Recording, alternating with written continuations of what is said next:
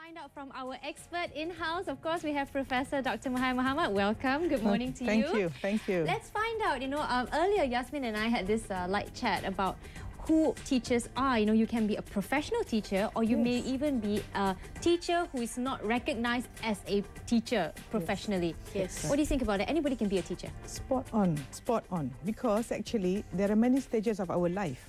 And everyone is a teacher to somebody. Yes. Because there is formal and informal teachers. Yeah. So I've mentioned before that we grew up being conditioned by our environment. Yes. So when we are the children in the now you're pregnant, yeah. Yes. Of course we cannot tell that the child is listening, but we know that spiritually, the child is affected by what the mother is thinking and feeling. Yeah. So the teacher, when the child is born, the teachers of the child, the baby, are the mother, the father, the helper at home, the relatives, and they go to kindergarten. That's the kindergarten teacher. And after that, you have the primary school, then the secondary school. Then you become a profession. For example, you become a doctor, then you have your postgraduate teachers and everyone. But what we want to stress upon here, we know that the success of any nation depends on the people inside rather than building of the nation. Yeah. Yes. So that's why I think the government also are thinking of capacity building, nation building by investing on the human resources. So it's very important that the teachers who's going to teach our children have the correct attitude. Correct. That's why they say teachers are a noble profession. That's right. And I want to really tell all the teachers, the whole country and the whole world, if possible, that whatever seed of greatness that you sow in a child will proliferate in them and determine part of their success in the rest of their life.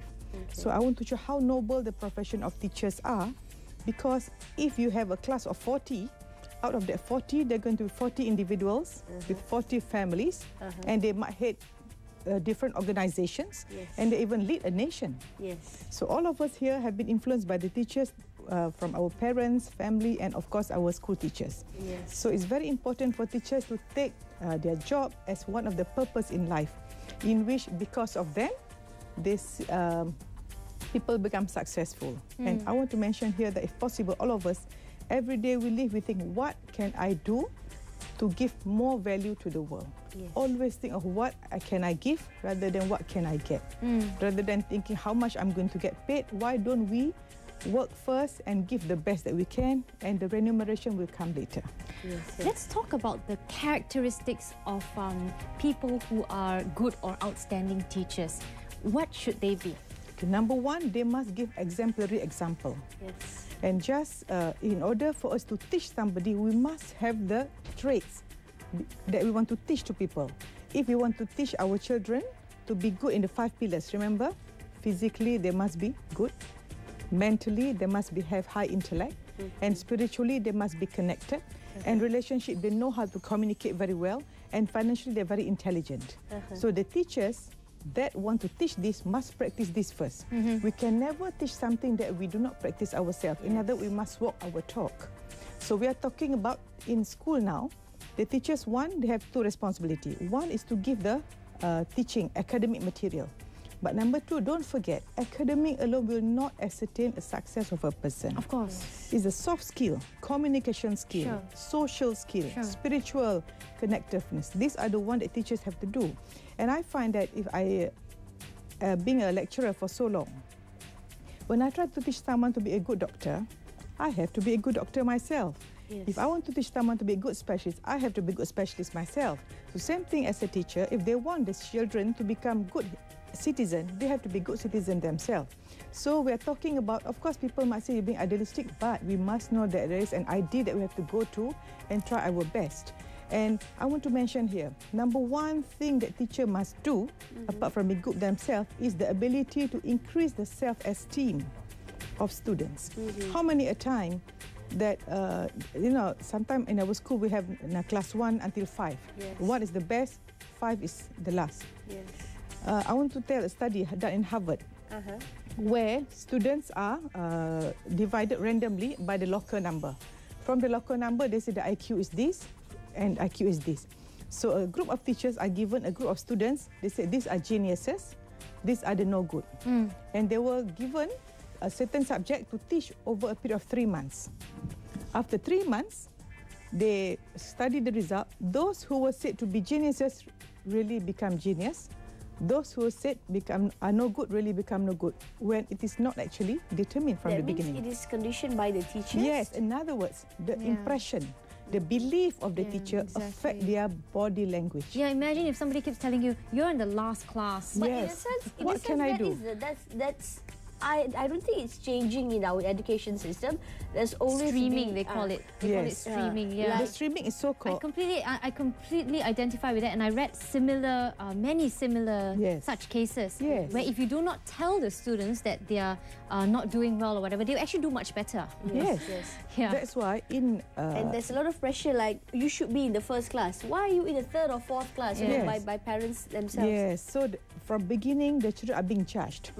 The parents, teachers are judging. So I said we must not be judgmental. Yes. We must not rationalize our action and don't be defensive. This one about relationship, but for children, I think it's very important not to label from the beginning. Yes. That's why in the UK, even the numbers that they get, they have in class, like there's always this every holiday season, like you ask your niece and nephews, like, okay, you got what number in your class? That's right. I got number 15, okay, 20. You know, in the UK, when my children were there, we have a parents' evening. I went there and asked, what number did my daughter get? And the teacher looked at me, oh, there's no number. This is her individual education policy. Individual education policy. Yes, because I said earlier that success is not being better than someone else, but success is becoming better than you were yesterday. Exactly. So individual education policy means they charted my daughter's progress when she first came in all aspects, and we see her progress. You compete with yourself. Yes. In other words, we try to improve ourselves. That is success. And success is knowing where you are going. It's not where you are, but which direction you are going. I think that's so important, you know, what you said. Can I just backtrack on that, you know, to the children and the streaming system? Yes. What do you think should be done? Yes. I think, number one, all children should be treated as equal first. Stop all this, let's say they go to standard 1. Go, but like now some schools are doing. Yes, like Bunga Raya or Bunga Kiambang, whatever. Then we just tell we tell the teachers, okay, every child has its potential. Our purpose is to make sure they reach their ceiling, and each person is different. They have their own DNA that God has given and different skill, and we want to develop both the soft skill and of course the academic skill. And streaming now, what we're doing, we want to see some children are very academic, some very technical, some very creative. So it's to know their strength and go towards that. And it's very important that teachers must never give any negative remarks. I know some experience, you know, if a child is a bit overweight, they give names. Shouldn't. All this labeling based on the physical appearance, you shorty, you fatty, is very, very bad. Exactly. We are actually making people live from very outside, not from within. We must, for example, you were saying about number 15. You see, when someone had an exam result, actually that's just a reflection of the moment of 1 hour they were doing the exam. Right. That's only representative of that 1 hour. Right. But the next 5 years, how are you going to be if you say, okay, you got number 15, so you'll go to this class.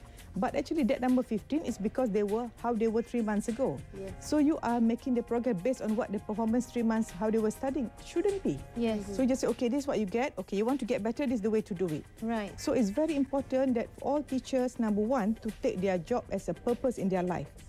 People making excellence for others and seeds of greatness. Number two, we want teachers to know that they are responsible for determining the self-esteem and the future of all the nation's children, where they're going to be in the next 40 years and build the country. Number three, teachers always feel that whatever good they have done will be paid by God.